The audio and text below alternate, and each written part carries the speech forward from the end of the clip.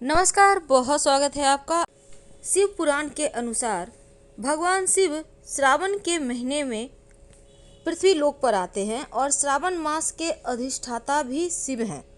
इस माह में भगवान शिव की सामान्य पूजा करने पर भी आपको अक्षय पुण्य की प्राप्ति होती है। वैसे तो भगवान का आशीर्वाद पाने के लिए भक्त बेलपत्र जरूर अर्पित करते हैं, लेकिन अगर आप एक दीपक भी जला देते हैं तो आपकी समस्त मनोकामनाएं पूर्ण हो जाती है। शिव पुराण में कहा गया है कि सावन के महीने में भगवान शिव के सामने दीपक जलाने से सभी पाप नष्ट हो जाते हैं और जीवन में अंधकार खत्म हो जाता है। तो शिव पुराण में किस समय दीपक जलाने के बारे में बताया गया है। शिव का सबसे प्रिय दिन सोमवार है। ऐसे में अगर आप सावन के महीने में, वैसे तो श्रावण का माह पूरा सोमवार के ही तरह है, लेकिन जब सोमवार की तिथि आ जाए तो और भी खास हो जाती है। तो आज आपने व्रत रखा होगा। वैसे तो यह प्रयोग किसी भी दिन करें। देखिए, हर एक वस्तु को अर्पित करने से हर एक अलग अलग तरह की मनोकामनाएं पूर्ण होती है और भगवान शिव की अगर सच्चे मन से पूजा करें तो सारे कलह कलेश से मुक्ति मिल जाती है, मनोकामना पूर्ण होती है, क्योंकि शिव जी हमेशा ही अपने भक्तों पर कृपा बरसाते रहते हैं। इसीलिए भगवान शिव को प्रसन्न करने के लिए सोमवार के दिन उनकी विशेष आराधना होती है। देखिए, जब भी आप शिव जी की पूजा करें तो सिर्फ शिव जी की पूजा ना करें, वरन आपको पूरे परिवार की पूजा करना चाहिए। भगवान शिव, माँ पार्वती, गणेश जी, कार्तिकेय जी महाराज, नंदी जी। तो चलिए जानते हैं कैसे आप शिव को मनाएं, कौन सी वस्तु अर्पित करके क्या फल प्राप्त करें। शिव जी को प्रसन्न करने का, खुश करने का बहुत सरल सा उपाय। देखिए, सबसे पहली बात, 108 की संख्या में कोई भी वस्तु आप शिव जी पर अर्पित करते हैं नमः शिवाय बोलते हुए, तो आपके जीवन की सारी परेशानियां ही दूर हो जाती है। जैसे कि चावल के दाने हैं, आप वही पूरे, आपके घर में चावल तो है ना, तो पूरे सावन में आप किसी भी दिन, या आप चाहें तो लगातार भी कर सकते हैं, जितने दिन आपके लिए संभव हो, 108 दाने चावल टूटे फूटे हुए ना हो बीनकर रख लें और नमः शिवाय कहते हुए एक एक दाना उठाइए और शिवलिंग पर अर्पित करें।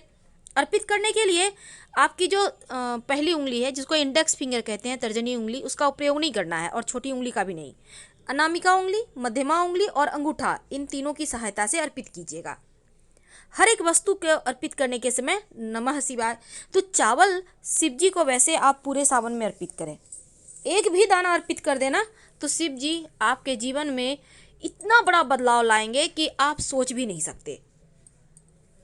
घर में किसी भी तरह की परेशानी है तो आप शिव जी को, जो सरसों होता है ना, सरसों का पुष्प, 108 सरसों का पुष्प लाकर भी शिव जी को अर्पित कर सकते हैं, बस बिल्कुल वही तरीके से। तो वैसे तो बेलपत्र भी अर्पित कर सकते हैं, लेकिन आज हम कुछ खास बताएंगे। देखिए, जब भी आप शिव जी की पूजा करेंगे तो नंदी जी को कान में अपनी मनोकामना जरूर कहिएगा, नहीं तो भला आपकी मनोकामना शिव जी तक कौन पहुंचाएगा।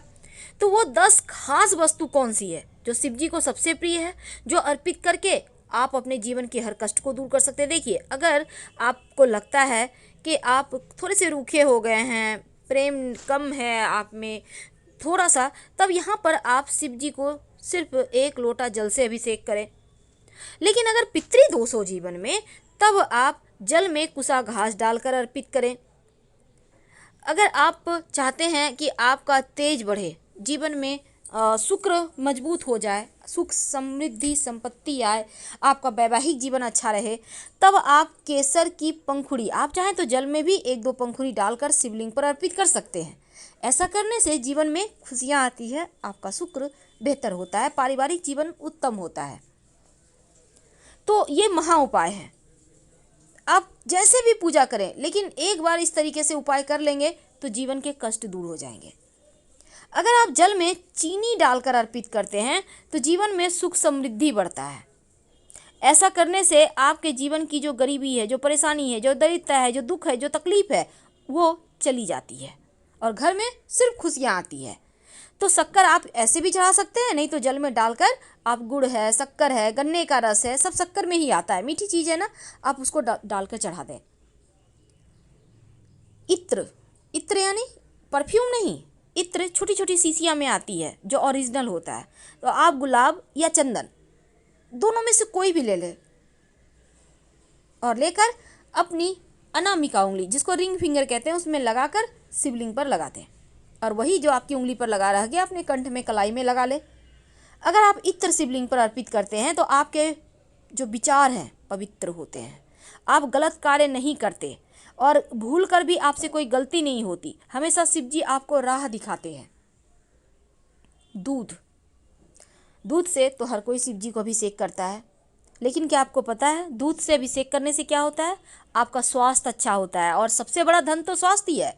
अब देखिए, आपका कभी हाथ थोड़ा सा भी कट गया सब्जी काटते समय, आप चल रहे हैं, ठोकर लग गया पैर में, कितना दर्द होता है। लेकिन शिव जी को जब आप दूध अर्पित करते हैं ना, तो वो सभी छोटी मोटी परेशानी, क्या बड़ी से बड़ी परेशानी भी आपको परेशान नहीं करती और आप स्वस्थ रहते हैं। दही, अगर आप शिव जी को दही अर्पित करते हैं तो जीवन में कभी आप बीमार ही नहीं होते। गंभीर से गंभीर बीमारी भी समाप्त हो जाती है और आपका शुक्र बेहतर होता है।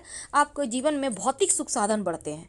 लेकिन एक बात याद रखिएगा, जब भी दूध अर्पित करें, दही अर्पित करें, या अभी जो हम आपको तमाम वस्तुएं अर्पित करने को कहेंगे, इसके बाद जल अर्पित कीजिएगा। इत्र अर्पित करने के बाद जल अर्पित नहीं करना, लेकिन दही अर्पित करने के बाद जल जरूर अर्पित कीजिएगा। तो दही अर्पित करने से क्या होता है? जीवन की समस्त परेशानियां समाप्त हो जाती है और आपका स्वभाव बढ़िया होता है, शुक्र प्रधान हो जाते हैं।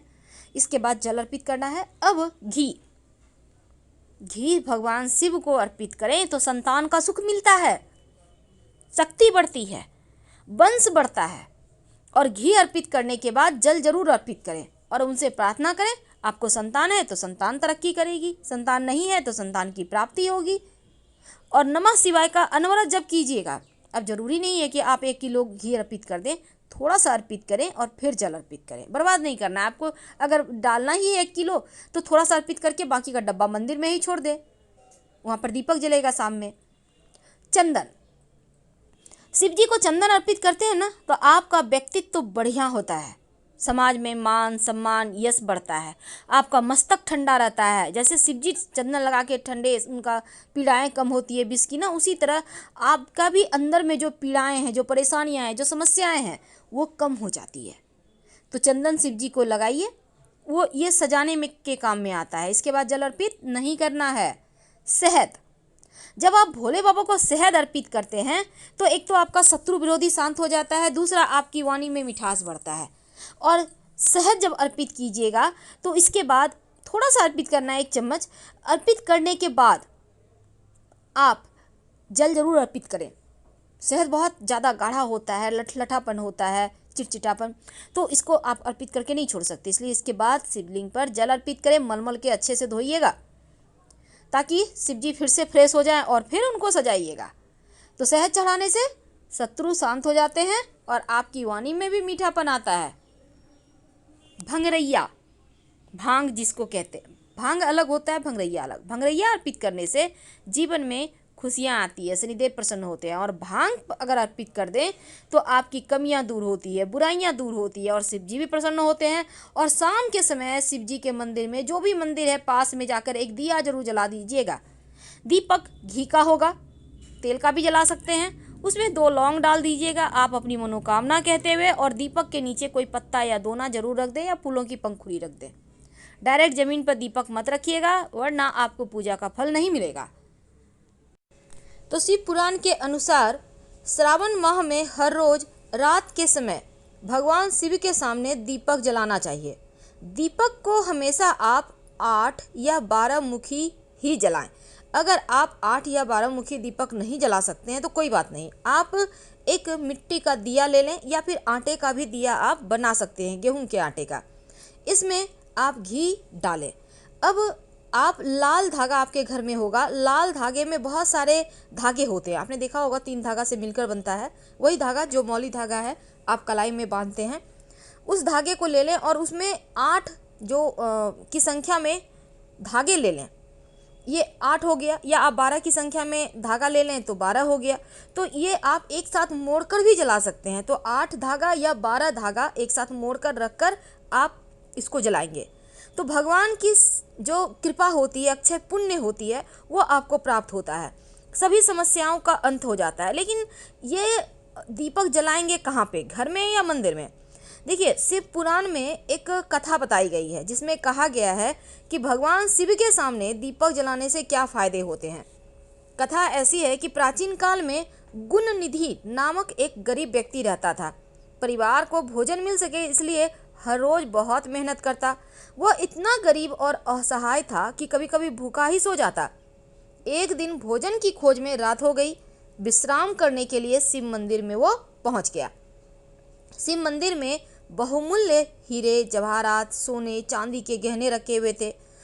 भूख से बेहाल गुणनिधि इन गहनों को चुराना चाहता था, तो मंदिर में पहुंचते ही वहां रखा दिया बुझ गया, जिससे मंदिर में बहुत अंधेरा हो गया। अब गुणनिधि ने दीपक जलाने की बहुत कोशिश की, लेकिन उसकी सभी कोशिशें नाकाम हो गई। तब मंदिर में से अंधेरा दूर करने के लिए उसने अपनी कमीज जला दी, जिससे मंदिर का अंधेरा दूर हो गया और भगवान शिव यह देखकर बहुत प्रसन्न हुए।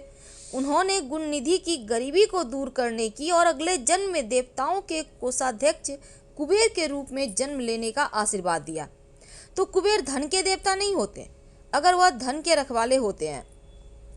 कथा कहती है कि भगवान शिव जितनी जल्दी प्रसन्न हो जाते हैं, इसीलिए उनको भोलेनाथ कहा जाता है। तो श्रावण माह में अगर आप सच्चे मन से एक दिया भी आप उनके मंदिर में जाकर जला दें, आप पास की किसी भी मंदिर में जला सकते हैं। अगर किसी दिन ना जा पाए, अपने घर में ही पूजा स्थान पर जला दें, तो आपकी समस्त मनोकामना पूर्ण हो जाती है। पर दीपक में जैसा हमने कहा 8 या 12 बाती ही रखिएगा।